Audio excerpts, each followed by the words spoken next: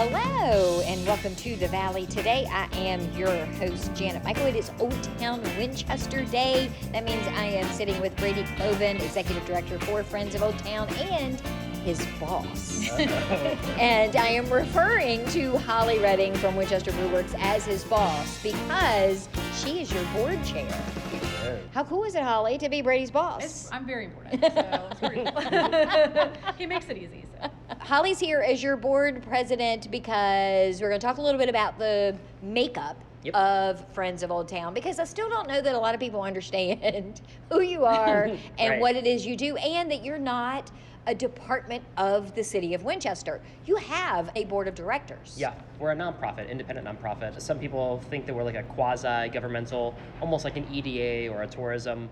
Because that's how it's been operated in the past, Right. but that is not what it is now. Right, so 3 years ago now, we became an independent nonprofit, and the city voted to still prioritize a Main Street program, but part of doing that was getting a board of business owners, residents, people who are really invested in Old Town, and so there's 10 board members now, with an 11th who is a liaison, Joel Richardson, who everybody knows. And we work a lot with the city, and I think a lot of the confusion still is that we assumed a lot of roles from the city that should have been with a nonprofit all along. Right. Because Main Street's, we've been here for 40 years, so it should have already been us doing it. It just never was. So now it is, but there's still that back and forth of, oh, the city used to run this. Yes, they did. Yeah. Not now. And did you miss a meeting? Is that how you ended up as board chair? Oh, look, Holly's not here. We're going to make her in charge. So when it was a city entity... Because you were on the board. Yeah, I was the chair of that board as well for several years. And so I really wanted us to become a nonprofit, and the powers that were at the time didn't want to go that route, thought it would be too difficult. So I just dropped it, and I had to resign from my seat because I took on another board of directors that was more time consuming. So I left for a couple of years, and then the previous board chair, Katie Mooney, came to me and said, hey, we're working on doing this nonprofit. There's a couple of us doing a Main Street board. Would you be interested in joining? And so I interviewed and joined. And then Katie's tenure as president ended, I don't know, a year ago now? Yeah, last June. About a year ago. Yep. And so here I am. We swapped roles. I was a secretary and Katie was a president, and now we have swapped and she is secretary. And you have a whole new appreciation for what she did. She did all the hard work. She was the one that had to get it going, like start the nonprofit. And that was a lot of work because they had to do all the board interviews. It was a very small group, an executive team put together that people from the city reached out to and said, hey, we think this would work for you. You have executive director background in nonprofits, that kind of thing. And so they've handpicked people to join that they thought would be a good ad, and it's a lot of work for them. Were you part of the interview process to hire Brady? Oh, this might be a story. It's a story for later in the evening over beers. We did a series of phone interviews, or I guess it was Zoom. Yeah. And then we did an in-person kind of a working interview was the goal, where we would walk the top couple of contenders around, have them talk to some of the business owners and just get a feel for the community. Unfortunately, the night before, I imbibed too much wine. So it was a hard interview. I believe it was 90 degrees outside. It was 90 Oh. degrees. I was wearing a full suit. Yep. Because nobody said how long the walk was going to take. They were just like, hey, we would really like this to be the final interview. There's 3 top candidates. You're one of them. Please come walk with the board. And I was like, okay, there's going to be 5 of us walking. It can't be that far.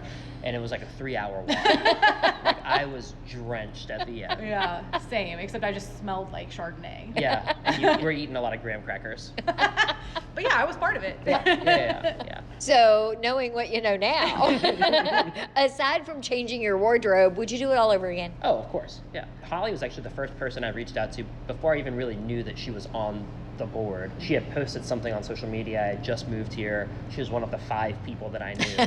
And I was like, hey, like that job looks like everything that I've already done in my current job and that I went to school for. It seems like it makes sense because I was looking for things to volunteer for anyways. And I was like, is it going to be weird if I apply for it? And I just moved here. I'm not from here. I don't know if there's any restrictions. Sometimes that's a bonus. Yeah, sometimes it is. But I was like, I don't know if you have to be here a certain amount of time. And she's like, no, dude, go ahead and apply. We've got a lot of applications coming in. And I was like, cool.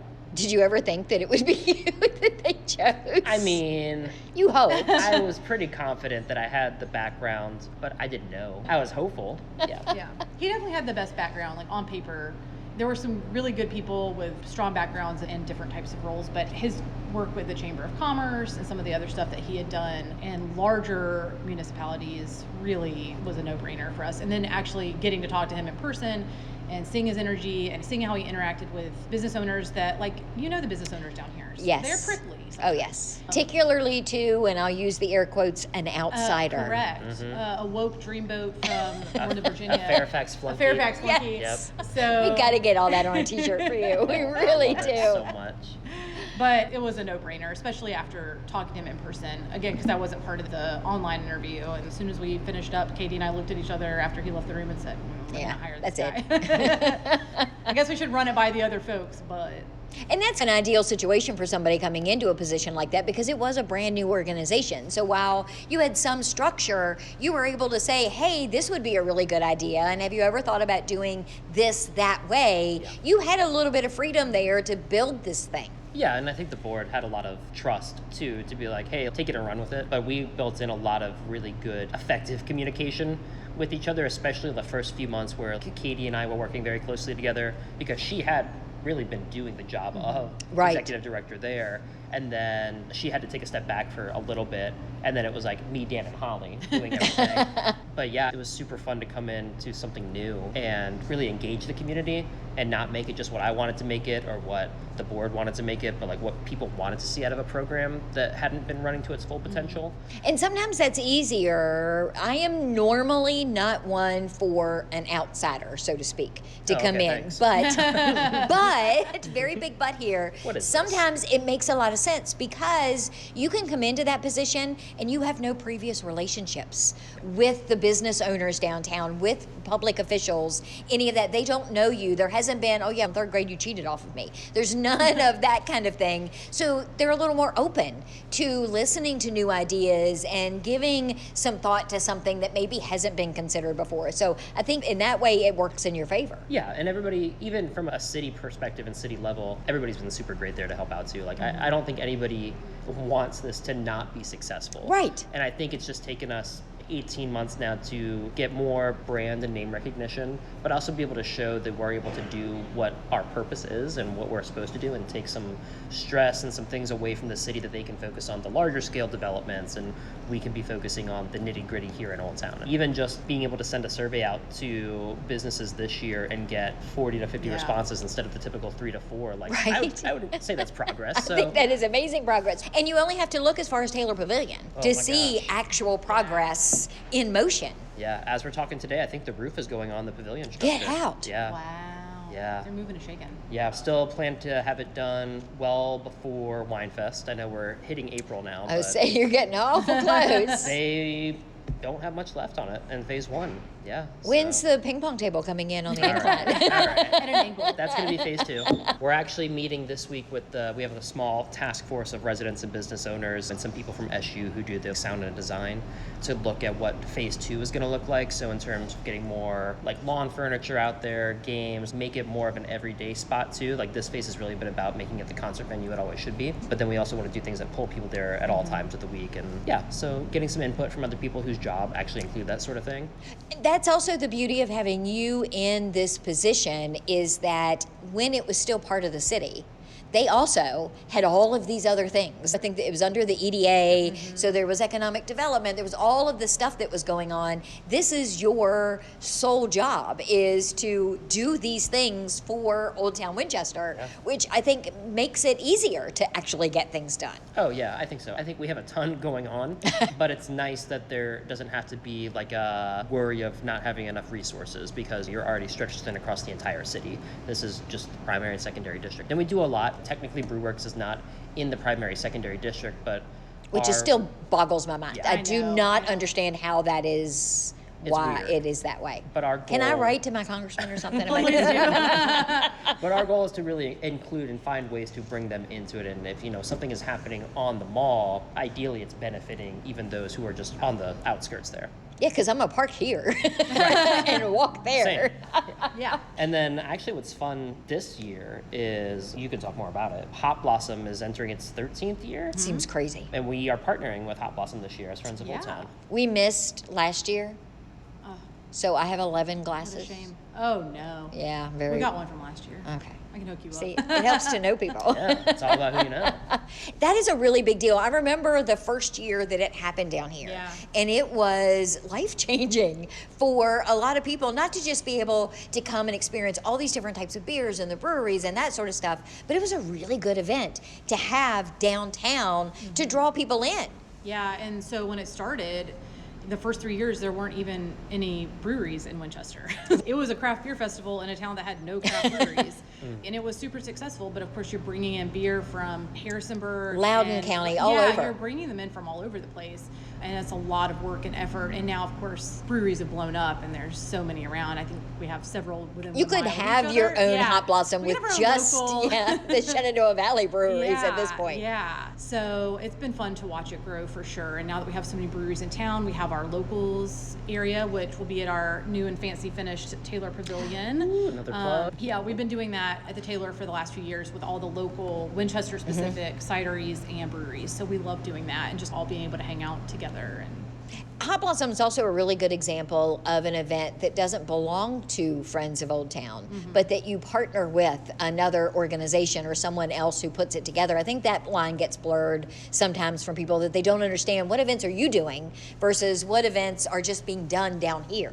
Yeah, this is my favorite type of event where somebody else really Shocking. runs it and I just help spread the word and get volunteers. I think that everybody has a different role with every type of event, but Friends of Old Town oversees 17 different events throughout the year. But then we also have events like Winter Village that we play a pretty big part in, but that's Yeah, still that you're a partner tourism. for, Yeah. but not in charge of. And I'm excited for Hot Blossom because this one really does fit like the entire mission and vision of Friends of Old Town is to increase the vibrancy of downtown, bring more foot traffic down here, make something that's family friendly, and kids maybe aren't drinking the beer. But I think what's been fun is even Celtic Fest that just happened a few weeks ago, we were able to incorporate a new kids zone into that made people just stay downtown longer, which is the entire goal of this, and get them to see other things and want to come back. So I'm excited for what we're going to do with Hot Blossom yeah, this for year. sure. I'm excited too. Are tickets on sale for it They yet? are. They're on sale on our website, hotblossom.com, and then they're being sold in our tasting room. You can get a hard copy ticket at the Winchester Brew Works tasting room and at the Beer and Wine Shop over on Featherbed. So we're the two locations currently selling hard copy tickets, and they are cool. The theme this year, because it's the 13th year, we're doing a little spooky, so it's tarot themed. So one of our themes, like the tickets, say the beer drinker. And it's me. so Brady. It's very cute. And We're what's the really date looking for forward it? to It's June 6th. Isn't it always like the first Saturday in For the last few June? years, so Winchester Brew Works took over the event. This will be our 4th or 5th year running it ourselves. And we used to do the second Saturday, and we've moved it to the first Saturday. It's just so nice. And then First Friday is the night before, which is a Friends of Old Town event. So there's already some porta-johns down there. Like, things are ready to go for us the next day. And it actually There's works out something to really be said well. for logistics, Yes. shared logistics. Yeah. It works out really well, and then we're done. We get it knocked out that first weekend. It starts off June with a bang downtown. It's like right after school gets out. It's a really good, fun weekend to get a bunch of people downtown. Being that early in June, it's normally before it starts getting really gross hot. Yeah, so it's we've still been- great weather. Yeah, we've been really lucky with weather. I'm knocking on all the wood I can find. But we've been really lucky with the weather. It usually starts off perfect, and then it warms up during the day. But because it's downtown and the event lasts 6 hours, you show up early, get a couple of tasters, go and have a lunch at a restaurant, cool off indoors, shop at a bookstore, get a cup of coffee inside, take a break, and then come back out and hit up some more. You just come and go and spend 6 hours downtown and make the most of it. So There's a we lot of love shade. doing it. Tim doesn't do a lot. Usually what happens is I'll leave him in a grouping of the breweries, and I'll be like, you don't move from this spot. And then I go and do all of the shopping and the in and the out. And by the 5th or 6th one, he has forgotten how many bags I'm carrying. Yes, absolutely. And sometimes I even get back to the car to empty them and start then over. restock. Yeah. Well, the good news is this year we have several cideries participating, so it's not all beer. We've got a non-alcoholic What? brewery participating, which we're really excited about. So we have some really cool things. We're going to have some ready-to-drink cocktail options.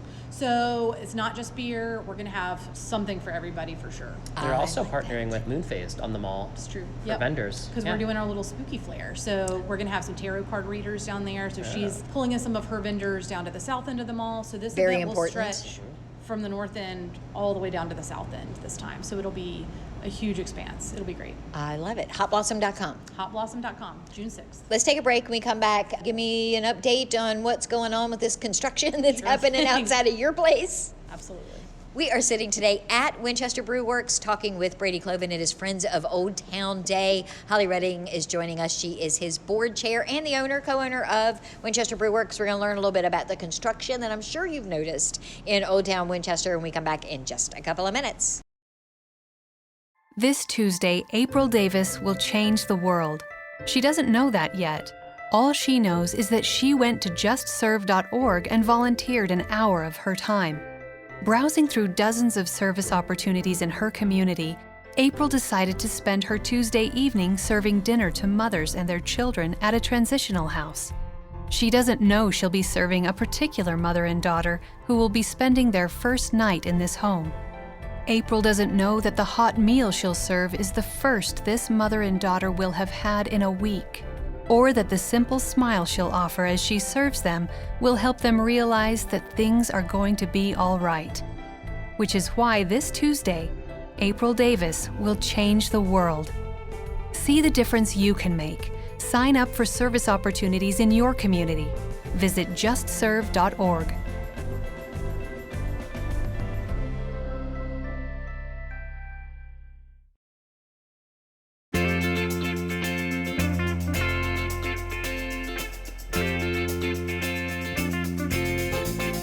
Welcome back to the Valley. Today I am your host, Janet Michael. It is Old Town Winchester Day, and that is exactly where we are sitting. Primary, secondary, I don't care. Winchester Brew Works is part of Old Town Winchester. Brady Cloven sitting here with me. He is the executive director for Friends of Old Town. Holly Redding is joining us as well. She is not only their board chair, but one of the owners of Winchester Brew Works. And Holly, I got to tell you, it has been insane coming past your place for the last 6 months or so, because you've known it was coming and then it was here, and they're pouring concrete outside today. Yeah, we can't catch a break down here on the north side of Cameron Between Street. tearing up the road for the new sewer stuff. It's been a lot. It's been a lot. But this project is happening because a developer purchased a huge tract of land, which is at Piccadilly Street, Cameron, where the old Towers was.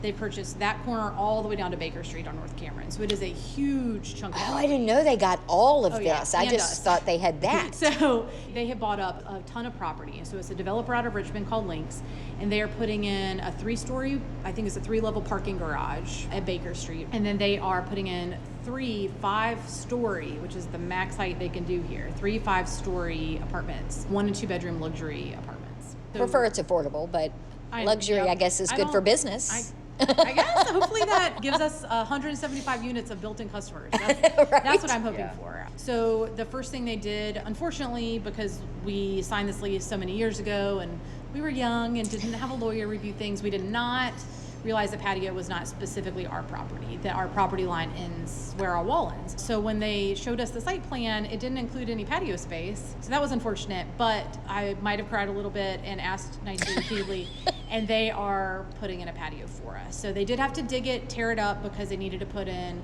drainage and a bunch of stuff underground to prep for all this work they're doing. So they destroyed everything starting in February, started digging everything up. But literally right now they are pouring concrete for our new and improved patio that will be open before Apple Blossom is the guarantee. What? Yep. They've got the concrete poured. They're going to put pavers in when that cures. We still won't have a parking lot for a long time, but eventually But you will still get a parking lot have back. some parking spaces. I mean, you've got a ton of street parking here. There's If tons they're of going to street build a parking garage, in the end, you're going to have it. And then you've got the Our Health campus right across the street. Yeah, there's plenty of parking all around. Free parking starts just up the road. It's free on Saturdays and Sundays up and down the street. So we're not too worried. It hasn't been as hard as we thought it would be with parking. I think it's been at least a month now that there hasn't been a parking lot, but they're moving really fast. I do have to commend the project people as Warfel is doing the work. They have been really great communicators. They've worked with us really closely. They're and good kept community us. partners. They're- They do Day of Caring. They're involved in yeah. the community. They're a great I company. can't say enough good things about them, because anytime somebody says construction and you're a small business, you just see, Ugh. oh, you're not going to make it. Especially in a town like this, that's like the cars see that it looks hard to get to, they're just not going to come. But they have been great and kept us in the loop with everything, and we're excited to see what it looks like. It'll be different. I'm excited. And all the people that now realize you have had a front door all along. Yeah, so now everybody has to use our front door. Eventually you can get through our side door. So we're looking forward to that because it'll be done before Apple Blossom, just in time for our 10-year brewery anniversary. It still boggles my mind. We were Same. talking about that before we started recording, that you and Bonnie came and did the show when we were still live, and Yeah. you were brand spanking new Yeah. to getting this whole thing started, and now 10 we had years. to drive deep into the heart of Front Royal to do this live. So yeah, 10 years. Technically May 7th, I think, is our 10-year actual anniversary, but we'll be celebrating on May 16th. We are pumped. What kind of things are you going to do to celebrate? Are you breaking out a new beer? So we'll do lots of new beers. It'll be our menu from our grand opening. So we'll have a lot of throwbacks. So maybe a little coconut canoe love, coffee canoe love, some of our old favorites. And then because of the uncertainty with the construction, we didn't want to plan too much. So we haven't done a lot of outdoor event planning yet, just because we're unsure of what it will look like, but it'll be fun. What does Apple Blossom normally look like for you? Because it all is happening Yeah, around you. We love it. We love it. So the Firefighters Parade and the Grand Feature Parade all line up on Cameron Street. Yes. So we stay open to let the firefighters come in and get sodas and use our restrooms and hang out, especially if it's hot. And so that's really fun to be able to see everybody's floats and stuff lined up and down the mall. And then people will come in just to watch. They'll just watch everybody parade up and down the street. We can walk to the Midway. It's a really good kind of gathering spot. It almost always is going to rain on Apple Blossom. It's just what happens. So come in here and get out of the rain. We'll have slushies and Jello shots and beers and seltzers and shandies and pink and green, everything. See, I just wish they'd change the color to orange. I don't think it's I'm ever gonna going to have it, no. The closest I had was when Sharon was in charge. Yeah. I've tried to talk to Jeremy, and he just will not have any No, I of don't it. think it's Even gonna though happen. he has an orange fire truck in his fleet, the answer is still no. Yeah. Well, maybe they just need to put you on the orange fire truck. See, I think, but then I'd be camouflaged, and nobody would know it was me. Yeah, fair point. But you have become a staple, because you were not only the first women Yeah. that came in and did this, but you were the first one ever, right? We were the first women-owned brewery in Virginia. Right. When we opened. We're still one of very few women-owned breweries. And then we were the first brewery in Old Town Winchester to open. So now Escutcheon, who we love, is up the road, but they're not part of the Old Town area. So we were the first Old Town Winchester brewery. And now there's a lot of us. Right? And here's the thing that I love about that. So let me think in my time machine brain. This is airing on Friday. So the first Tuesday in April, I've already recorded that show. Justin Kearns and I went out to Three Wives Distillery. And so we got to meet them and talk with them. I got to see how the whole operation Yeah. works. They are the first distillery to get a license in Frederick County in over 90 years. That's wild. Which is insane. And you guys were kind of that pioneer Yeah. from a beer perspective. I'll tell you, we really learned how new and fresh we were when we found out breweries have to pay meals tax. We were like, it's not a meal, it's beer. And they were like, you owe us so much money. So that was fun to learn. So we were all learning together 10 years ago what the rules for breweries were in the city of Winchester. What can people expect normally when they come in? If they come in on just a random Thursday night, for example. Yeah. So we almost always have 15 different beers available. We always have cocktails that we make with our really high test hard seltzer. So we don't have traditional vodka tequila, but we have our high test hard seltzer. So it's a high ABV that we mix with a bunch of different cocktail things. And so you can have cocktails. We usually have seltzers and shandies, hard seltzers, hard shandies, and then tons of beer. We sell some snacks. You can certainly bring in delivery or have delivery, bring in a sandwich, whatever. It's a nice, cool gathering space. You'll almost always recognize somebody. And if you don't know somebody when you sit down, you're going to have a friend before you leave. Like, And you've got a lot of space here. Yeah. Like you can meet a bunch of friends here. You can hold events here. This space holds a lot of people. yeah, so our capacity is 160. We love to max that out. We do a lot of private events here. So before we open on Saturdays and Sundays, you can rent it out for birthday parties, baby showers, wedding showers, those kinds of things. We have a portion of the tasting room under our indoor pergola that you can rent out while we're open, just to guarantee your seating with your friends. You get catering. We'll do it all. We close on a Saturday for a wedding if you want. Like, we'll do whatever you want. Because you have had community meetings here in the past where business owners come and find out what's going on. I've been to other get-togethers and gatherings, and you take this pergola space, and that's where we lay out all the food, and people can come and hang out. It really is conducive to having small groups or large groups. Yeah, it fits a ton of people. We also partner with the Chamber, so every year we do a mega mixer with the Chamber, us, Bonnie Blue, our friends over at Bonnie Blue, and United Way, and have a huge chamber event. This time we had well over 100 people attend, and I think it was February, and that was awesome. It was packed. It was packed. We love to do stuff like that and partnering with different groups in our community. What are your hours when you open? We are open 7 days a week. Monday through Thursday we are 4 to 9. Friday and Saturday we are 2 to 10. Sunday 2 to 6. And where can people learn more and find out all of your beers and that sort of stuff? We recommend following us on Facebook for just the most up-to-date like events and things like that. But of course our website will also have our hours, the way to contact us, a way to rent the brewery, and contact information if you want to have a private rental. And then Brady, if they want to stay up to date on all the things happening downtown, you have a calendar on your website, right? We do. We have a calendar on friendsofOldTown.org. It's also on our social media, so whether you go to Instagram at Friends of Old Town Wink or Facebook, just Friends of Old Town, it's pins there, so it's one of the first things you see. And then we also have it, if you're out and about walking in Old Town, there's a kiosk right in front of the Civil War Museum, and we have the new calendar I up haven't in the even frame. seen that. Yeah, it's next to the History of Us map. Oh, Beautiful. Yeah. It looks good. All of our events, but also some of the staple Old Town events like Hot Blossom or Celebration, Restaurant Week. We have a new one on there this year for Independent Bookstore Day, so that is on there as well. I was just literally in this building with Christine less than a week ago. This past Friday, as a matter of fact. It's got everything you need there, and then we also have our website that has any other sort of event that pops up, whether the merchants are doing or our community meetings, and all that's on friendsofOldTown.org.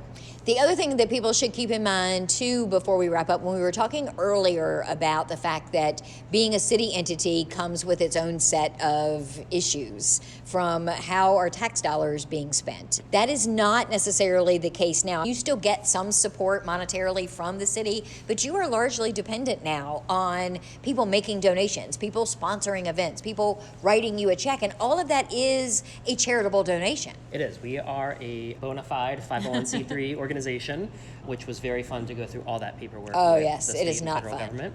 But yeah, the city has been very helpful in getting us to a point where we're able to start weaning off contributions, and obviously there's primary and secondary tax assessment district, and those funds have to stay within the city. But what a lot of people don't know is that also goes into repairs and making sure that everything looks beautiful. It actually can't go towards a salary. It can go towards events and stuff, which is great because then we can really make these events as beneficial to Old Town and the community as possible. But yes, we usually have about 2 or 3 fundraisers a year.